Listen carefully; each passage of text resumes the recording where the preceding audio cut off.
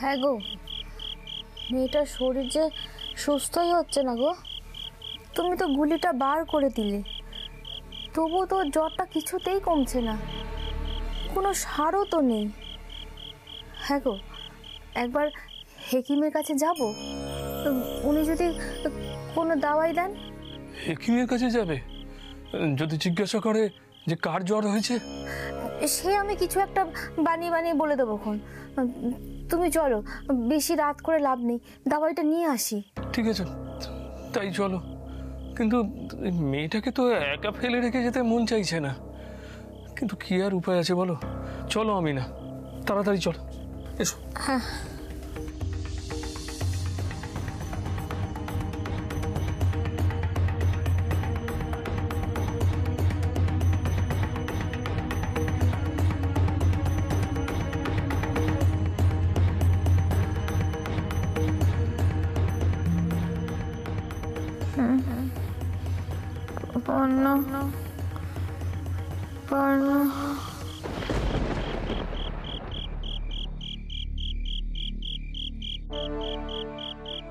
দিদি বলছি একটা কাজ কর, গান ধর, বাজারে না একটু লোক জড়ো হোক যাতে আমাদের জিজ্ঞাসাবাদ করতে সুবিধা হয়, বুঝলি? কিন্তু পিকলু, এভাবে হঠাৎ করে গান ধরে যদি আমরা জিজ্ঞাসাবাদ করতে শুরু করি, লোকজন আবার সন্দেহ করবে না তো? হ্যাঁ হ্যাঁ, ঠিকই বলেছো। শোনো না পর না, আমরা বরং এখানে বসি, তারপর তুমি একটা গান ধরো। ঠিক বলেছো।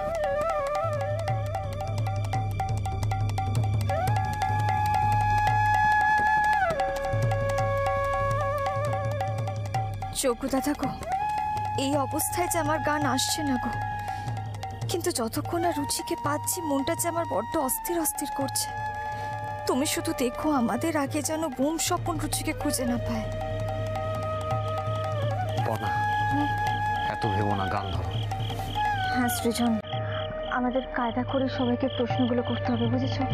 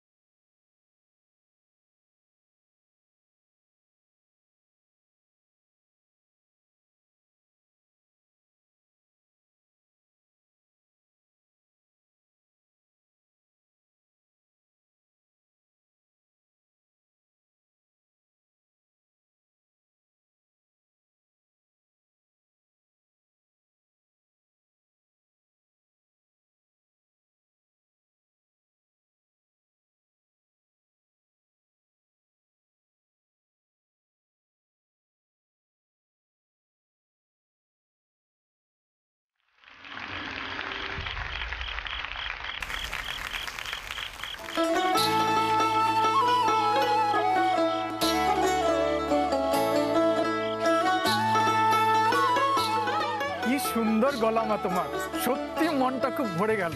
আমাদের এলাকায় মাঝে মাঝে বাউল দল আসে, কিন্তু এমন গান আগে কখনো শুনিনি।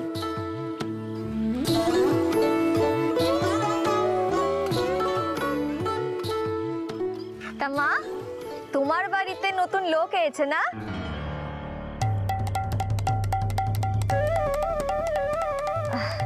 তোমার বাড়িতে এসেছে?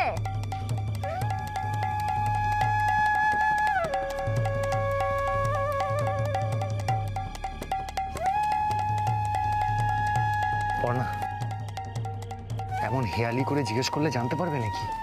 আরে বাবা, সরাসরি জিজ্ঞাসা করলে তো বিপদে পড়ে যাব আমরা। দাঁড়াও দেখছি।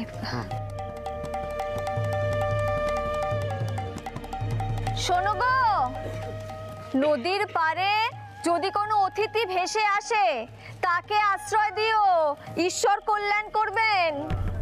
হ্যাঁ গো, ওই বাউল বউ কি বললো শুনলে? শুনলাম। আমার কি মনে হচ্ছে জানো তো, ওই মেয়েটারই এরা খোঁজ করতে এসছে।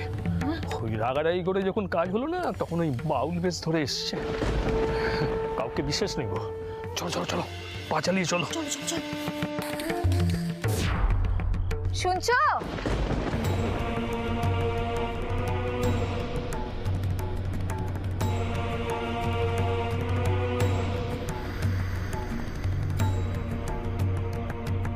বৌদি ভাই, তুমি ডাকছো শুনেও কিরকম অ্যাভয়েড করছে মনে হচ্ছে না? হ্যাঁ বর্ষা, আমারও সেটা চোখে লেগেছে, কিন্তু এভাবে দুম করে প্রশ্ন করব কি করে যদি ওরা বংশফোনের লোক হয়?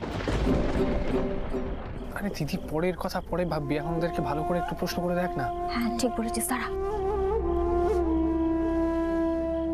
কি গো মা?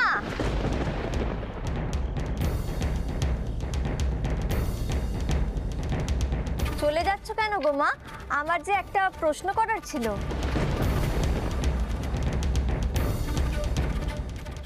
আমাদের তাড়া আছে, আমাদের যেতে হবে। একটা প্রশ্নের উত্তর দিতে কতক্ষণ লাগবে বলো? এক্ষুনি হয়ে যাবে। আমাদের বাড়িতে কোনো আত্মীয় আসেনি গো মা, আমি আর আমার দিদি ছাড়া।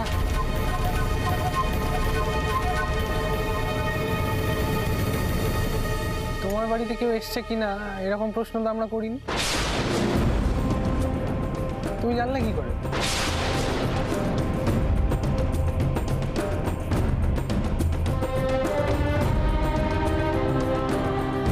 আমাদের তাড়া আছে গো, যাই। কেন এমন করছো গো? বলো না কেউ এসছে কিনা। বিশ্বাস করো, তাকে যে আমার বড় দরকার। না না, আমাদের বাড়িতে কেউ আসেনি, কেউ না। চলো গো, আমি না, দেরি হয়ে যাচ্ছে। চলো চলো চলো চলো।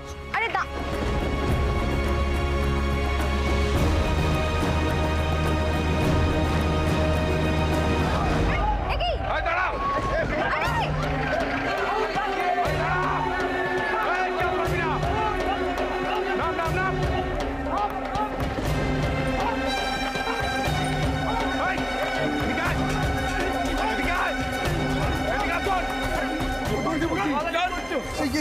দাদা, এখানে এখানে এসব কি হচ্ছে? পল্টন পল্টন তোলা তুলতে এসছে।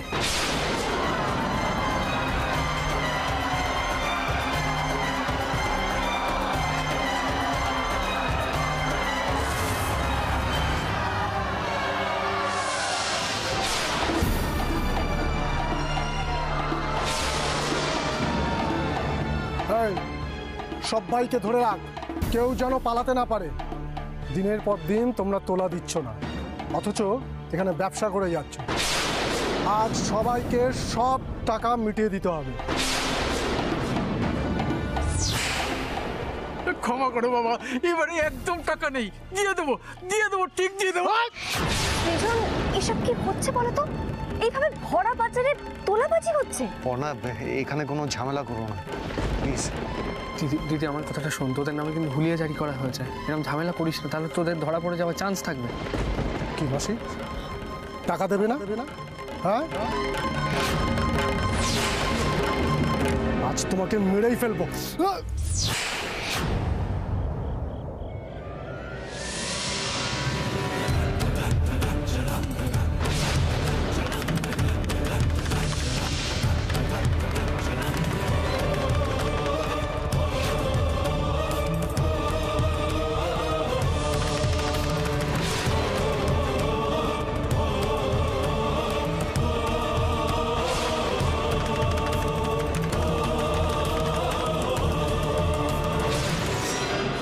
অসহায় মানুষের গায়ে হাত তুলছো? তোমার তো নিজের মার খেতে ভালো লাগে না, অথচ একটা অসহায় মানুষকে মারছো। লজ্জা করছে না? কেন করছো এমন? এই, বেশি জ্ঞান দিও না। হ্যাঁ, এখানে গান গাইতে এসছো, গান গাও আর ফুটে যাও। এটা আমার এরিয়া, এখানে আমি যা চাইবো তাই হবে। তাই নাকি? তোমার এরিয়া, তুমি যা চাইবে তাই হবে? তুমি অসহায় মানুষের উপর অত্যাচার করবে সেটা আমরা দাঁড়িয়ে দাঁড়িয়ে দেখবো? টিকলু, দেখলে তো এতবার বারণ করা সত্ত্বেও তোমার দিদি ঝামেলা করতে চলে গেল। আচ্ছা এখানে দাঁড়িয়ে থেকে লাভ নেই, চলো চলো আটকাতে হবে ওকে। বেশি পাকামি করো না, হ্যাঁ, না হলে কিন্তু বিপদে পড়ে যাবে। তোমার ওই হাতে না ওই একতারাটাই মানায়। হ্যাঁ, লাঠিটা ছাড়ো বলছে। তোমাদের বোধহয় জানা নেই এই হাত না লাঠিও ধরতে জানে।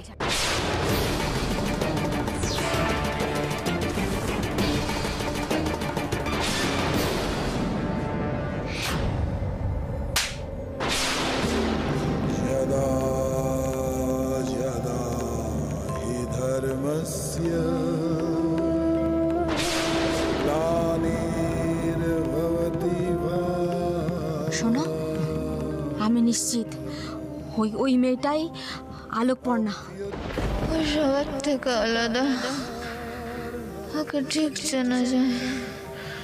ও নিজেই একটা আলো।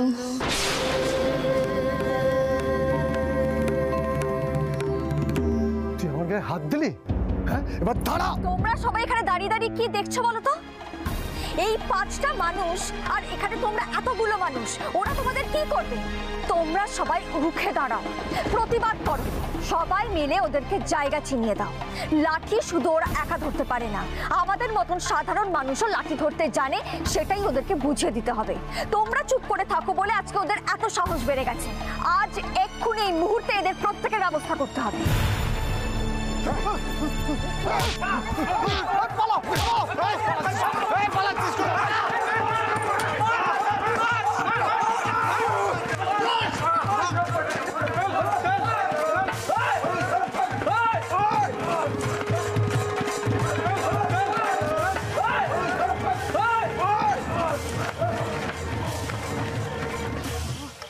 আজ তোমার জন্য মা আমাদের উপর অন্যায়ের প্রতিকার হলো।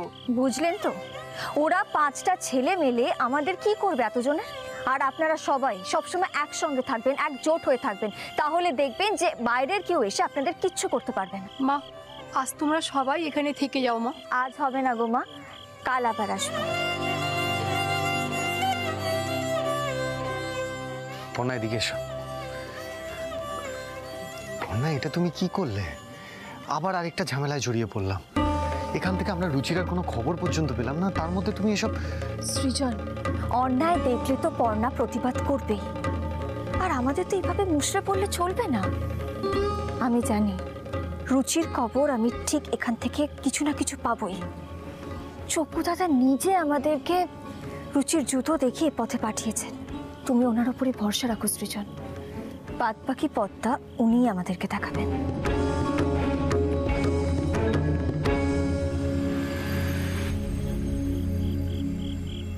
তুমি কেন ওই মেয়েটার সঙ্গে আমাকে কথা বলতে দিলে না? আমি বলছি ওই আলোকপর্ণা, তা না হলে ওই পল্টনের মুখোমুখি আর কারো দাঁড়ানোর কোনো সাহস নেই। বাজে কথা বলো না তো, তুমি তো বললেই হয়ে যাবে না, বুঝেছো? ও যদি সত্যি একে খুঁজতো তাহলে ওর নাম ধরে খুঁজতো, ওরকম হেয়ালি করে প্রশ্ন করতো না। এখন কাউকে বিশ্বাস করা যাবে না, বিনা, বুঝেছো? এখন ওর দেখভাল আমাদেরকেই করতে হবে। এখন না আমাদের চোখ কান খোলা রেখে চলতে হবে, বুঝেছো?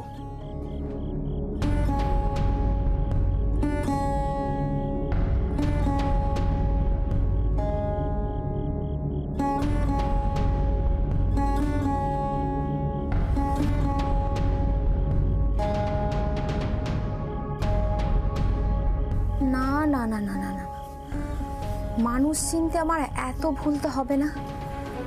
আমি ঠিক চিনেছি, ওই ওই মেয়েটাই আলোকপর্ণা। হ্যাঁ, ওই মেয়েটাই এই মেয়েটাকে খুঁজতে এসেছে, কিন্তু ওকে আমি পাবো কোথায়? হ্যাঁ, ও তো বলছিল যে বাজার চত্বরে কালকে আবার আসবে। হ্যাঁ, কালকেই আমি ওর সাথে কথা বলবো, কালকেই কথা বলবো। হ্যাঁ,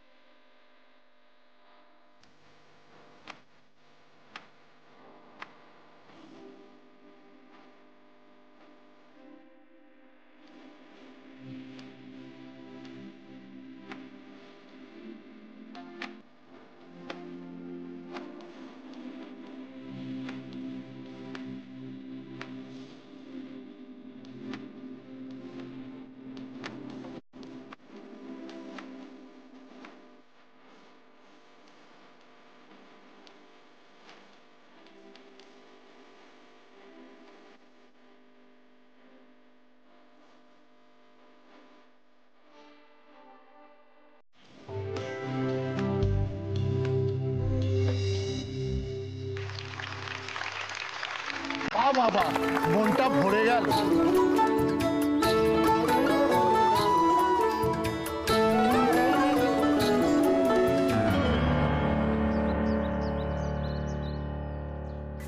তুমি আলোকপর্ণা না?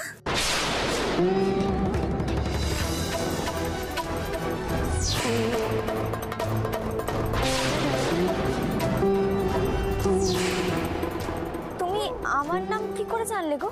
আমি তোমার নাম জানি। কাল তোমাকে বাজারে দেখে আমি চিনেছিলাম, কিন্তু তখন বলতে পারিনি। তোমার বন্ধু আমায় বলেছিল তোমার নাম।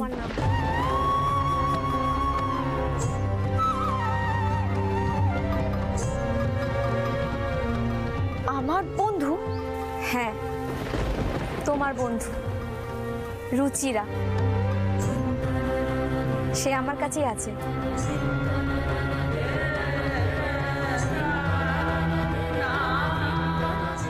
সে আমায় বলেছিল তার বন্ধু তাকে ঠিক খুঁজতে আসবে।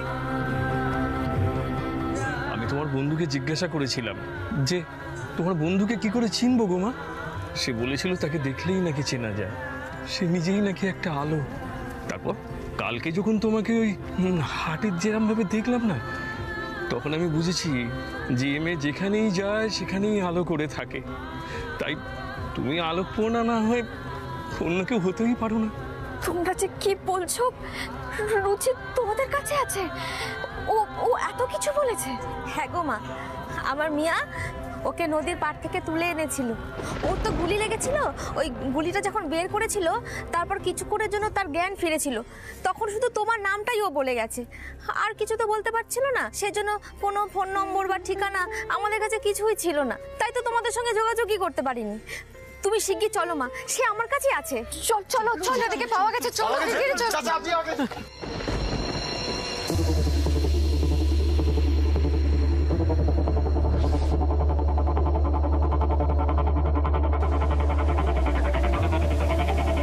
হ্যালো রনিদা, নতুন বছরে গরম গরম খবর আছে। আলোকপর্ণা দত্ত এখানে এসছে, আর যাকে খুঁজতে এসছে রুচিরা।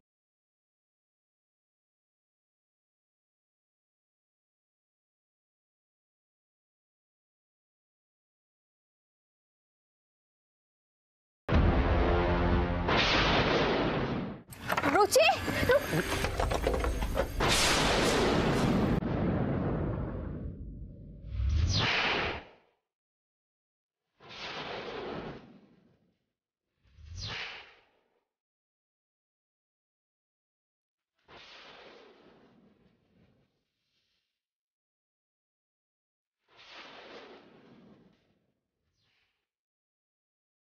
রনি,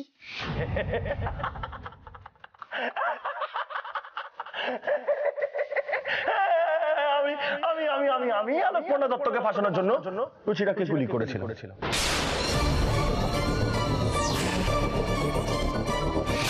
এইবার আমি ওকে এখান থেকে তুলে নিয়ে যাব, তারপরে আমি ওকে মেরে ফেলবো। আলোকপর্ণা দত্ত ধরা পড়বে পুলিশের কাছে। পুলিশ আসছে, সব শেষ। আলোকপর্ণা দত্ত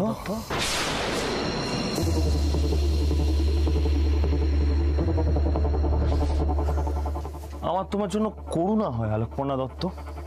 এত ছোটাছুটি, এত ছদ্মবেশ, কি লাভ হলো? আজ তো সব শেষ।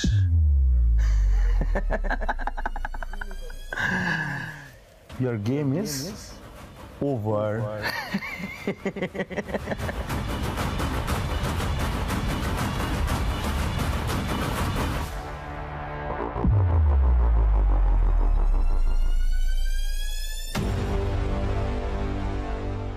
এই তাকিয়ে আছো কি? চোখটা নামাও, চোখটা নামাও, চোখটা নামাও। তাকিয়ে আছো কি?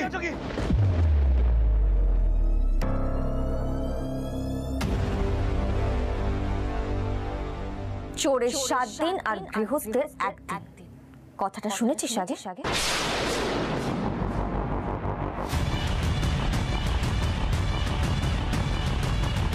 কথাটার মানে বুঝিস? এই কথাটার কি মানে সেটা তোকে আজকে আমি বোঝাবো। তো নিজের প্রতি খুব কনফিডেন্স না? তোর এই ওভার কনফিডেন্সই তোর জীবনের কাল হলো রনি। এর আগে মলেস্টেশনের জন্য তুই জেল খেটেছিস, আর এবারে খুনের দায়, প্রমাণ লোপাট করার দায় আর অন্য মানুষকে ফাঁসানোর দায় সারাটা জীবন জেলে কেটে যাবে তোর।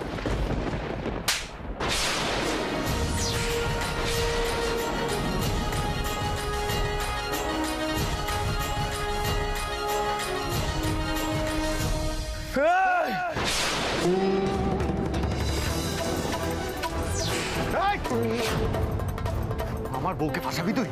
আমার বউকে ফাঁসাবি? আমার বউয়ের গায়ে হাত তুলবি? শেষ করে দেবো তোকে, শেষ করে দেবো।